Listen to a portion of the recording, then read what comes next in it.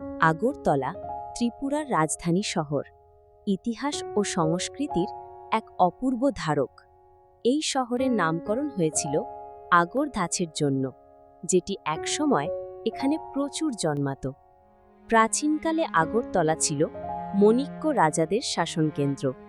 ঊনবিংশ শতকে মহারাজা বীরচন্দ্র মণিক্য শহরকে আধুনিক রূপ দেন।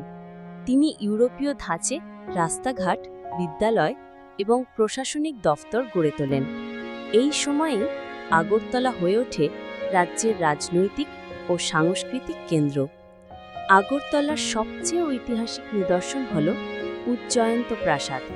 ১৯০১ সালে নির্মাণ এবং চ্যানেল রাজ্য বিধানসভা ভবন হিসেবে ব্যবহৃত হয় এবং এটি শহরের ঐতিহ্যের প্রতীক। এছাড়া নীরমহল, কুন্তিঘাট, জগন্নাথ মন্দির, দমপতি পুকুর ইত্যাদিও ঐতিহাসিকভাবে গুরুত্বপূর্ণ। ১৯৪৯ সালে ত্রিপুরা ভারতের সঙ্গে যুক্ত হওয়ার আগে পর্যন্ত আগরতলা ছিল মণিক্য রাজাদের রাজধানী। স্বাধীনতার পর শহরটি আধুনিকতার পথে দ্রুত অগ্রসর হয়।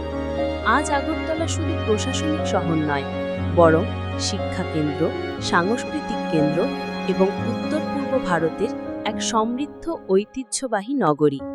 ভিডিওটা দেখার জন্য অসংখ্য ধন্যবাদ এবং চ্যানেল সাবস্ক্রাইব করে একটি লাইক করে যান।